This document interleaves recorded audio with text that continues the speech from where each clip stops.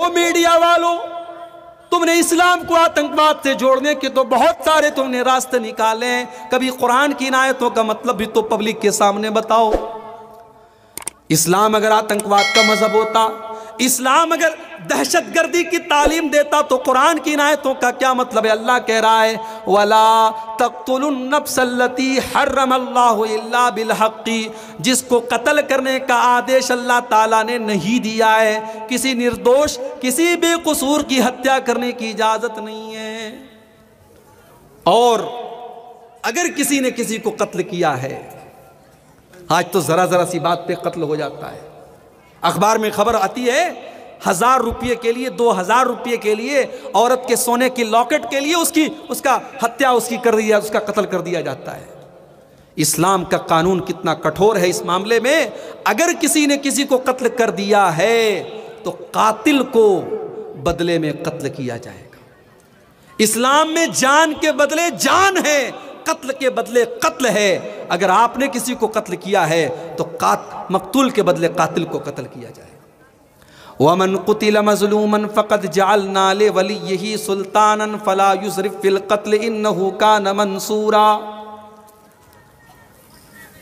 और जिसको मज़लूमाना तरीके से कत्ल किया गया हो, जिसके ऊपर जुल्म किया गया, उसको कत्ल किया गया हो, हमने उसके घर वालों को ये अथॉरिटी दी है, ये हक दिया है कि वो किसास भी ले सकते हैं। वो बदले में चाहें तो उस कातिल को कत्ल करवा सकते हैं, और अगर माफ़ कर दें तो दियत ले करके, उसका मुआवजा ले करके, जो इस्लाम ने मुआवजा तय किया है वो मुआवजा ले करके छोड़ सकते हैं। इस्लाम में दोनों ऑप्शन हैं, कातिल को कत्ल भी किया जा सकता है, और अगर जिसको कत्ल किया गया है, जिसकी हत्या हुई, अगर उसके घर वाले तैयार हैं तो फिर उसको पैसा दे करके माफ़ भी किया जा सकता है। अब 2-4 बातें और रह गई हैं, जल्दी जल्दी सुन लीजिए। मुझे भी अभी सफ़र पे निकलना है, थका आ रहा हूँ, और 12:15 के करीब हो रहे। ये कत्ल करने की बात करने के बाद अल्लाह ने एक अजीब बात कही। अल्लाह ने फरमाया वला तक़रबू मालल यतीम इल्ला बिल्लती ही अहसन, और यतीम के माल के करीब न जाना। जिस बच्चे के बाप का इंतकाल हो गया है, जो अनाथ है, जो यतीम है, उस यतीम के माल के करीब न जाना, उस यतीम के माल को नाजायज़ तरीके से न खाना। यहाँ तक कि जब वो यतीम बच्चा जवान हो जाए, बालिग हो जाए, तब उसका माल उसको दे देना, उसकी रकम उसको दे देना, उसके बाप ने जो पैसा छोड़ा था वो पैसा उसको दे देना। व औफू बिल अहदी, और ए मुसलमानों, तुम वादे को पूरा करने वाले बनो, तुम जुबान के पक्के बनो। इन्नल अहद कान मसऊला, अल्लाह ताला क्या वादे का सवाल किया जाएगा। आज कारोबार की दुनिया में, अभी मटिया बुर्ज में मेरा आज जुमा का खुतबा था, पूरा कारोबारी इलाका है। वहाँ के लोग बताते हैं कि मौलवी साहब, माल लेने के लिए गैर मुस्लिम आता है, ताव से पैसा फेंकता है, माल खरीदता है। मुसलमान आता है, लंबी दाढ़ी लगा के, टोपी लगा के, माथे पे सजदे का निशान है। हम मुतासिर हो जाते हैं, प्रभावित हो जाते हैं, माल दे देते हैं, कहता 2 महीने में पेमेंट दे दूंगा, 2 महीने के बाद मोबाइल स्विच ऑफ।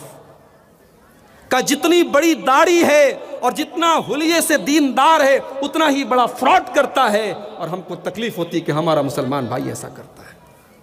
आज पूरे भारत में हमारे ऊपर ऐसे ही लात जूते नहीं पड़ रहे हैं, हमने अपनी जुबान की वैल्यू को खो दिया है। मेरे प्यारे साथी, मुसलमान अपने वादे का पक्का होना चाहिए। वऔफू बिल अहदी, वादे को पूरा करने वाले बनो। इन्नल अहद कान मसऊला, अल्लाह ताला क्या तुम्हारे वादे का सवाल किया जाएगा। वऔफू बिल कैल इज़ा किल्तुम, और जब तुम कोई सामान तौल करके दो, नाप करके दो, तो पूरा पूरा नाप करके दो। वज़िनू बिल क़िस्तासिल मुस्तक़ीम, और सही तराजू पर सामान को तौल करके दो। ज़ालिका खैरुन व अहसनु तावीला, तुम सामान सही तौल करके दोगे तो इसी में तुम्हारा अंजाम अच्छा है। आज अगर तुमने 2 नंबर से पैसा कमा लिया, तुमने सट्टा करके पैसा कमा लिया, तुमने लॉटरी के जरिए पैसा कमा लिया, तुमने ऑनलाइन गेम खेल करके पैसा कमा लिया, ओ मेरे नौजवान भाइयों, तुमने जुआ खेल करके पैसा कमा भी लिया। वो पैसा बज़ाहिर तो आप उससे पैसे वाले बन जाएंगे, मगर अंजाम बुरा होने वाला है, उसका रिजल्ट बुरा होने वाला है, उसका नतीजा बुरा होने वाला है। और हलाल का आपने थोड़ा सा भी कमाया है, उसका अंजाम अच्छा होने वाला है।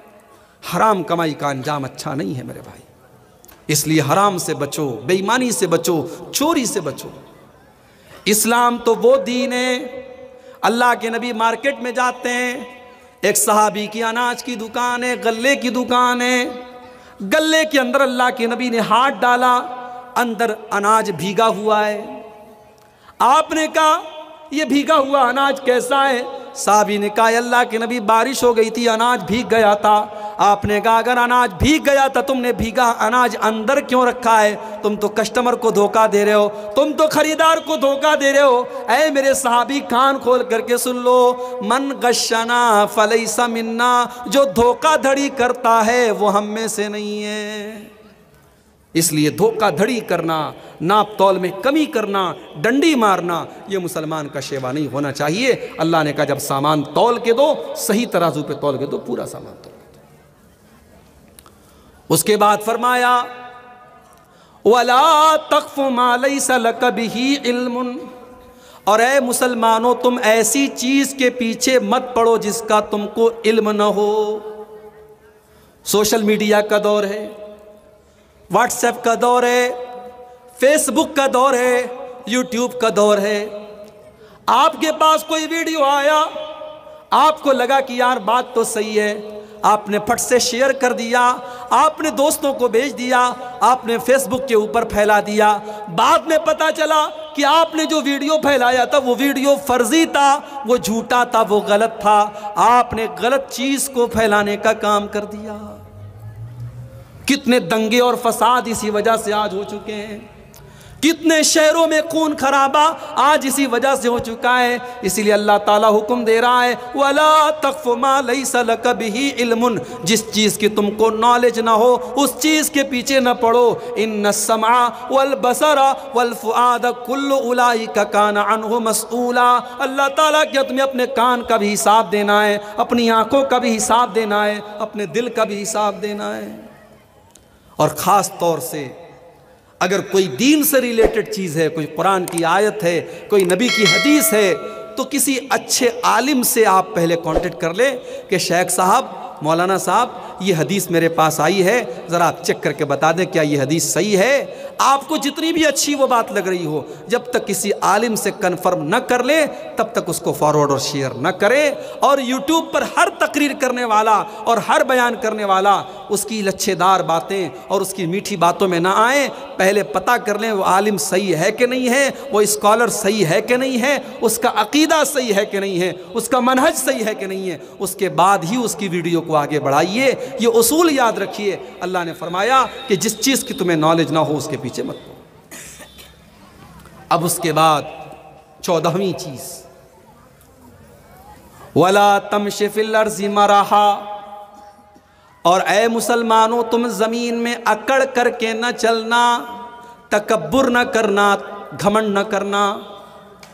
إِنَّكَ لَن تَخْرِقَ الْأَرْضَ وَلَن تَبْلُغَ الْجِبَالَ طُولًا، اے انسان تو تکبر کرتا ہے، تو گھمنڈ کرتا ہے، نہ تو زمین کو پھاڑ سکتا ہے، نہ تو پہاڑ کے اوپر چڑھ سکتا ہے۔ تجھے گھمنڈ کرنا زیب نہیں دیتا، تجھے تکبر کرنا زیب نہیں دیتا، تو تکبر نہ کر، تو گھمنڈ نہ کر۔ گھمنڈ مت کرو، اللہ کو گھمنڈ پسند نہیں ہے، نہ پیسے کا گھمنڈ، نہ طاقت کا گھمنڈ، نہ علم کا گھمنڈ، تکبر مت کرو۔ اب اس کے بعد 15ویں چیز، اللہ نے یہ 14 چیزیں بیان کر کے فرمایا کُلُّ ذَلِكَ كَانَ سَيِّئُهُ عِندَ رَبِّكَ مَكْرُوهًا، اے میرے بندو یہ جتنی باتیں بیان کی گئیں یہ ساری کی ساری باتوں میں جو بری باتیں ہیں وہ تمہارے رب کو بہت ناپسند ہیں۔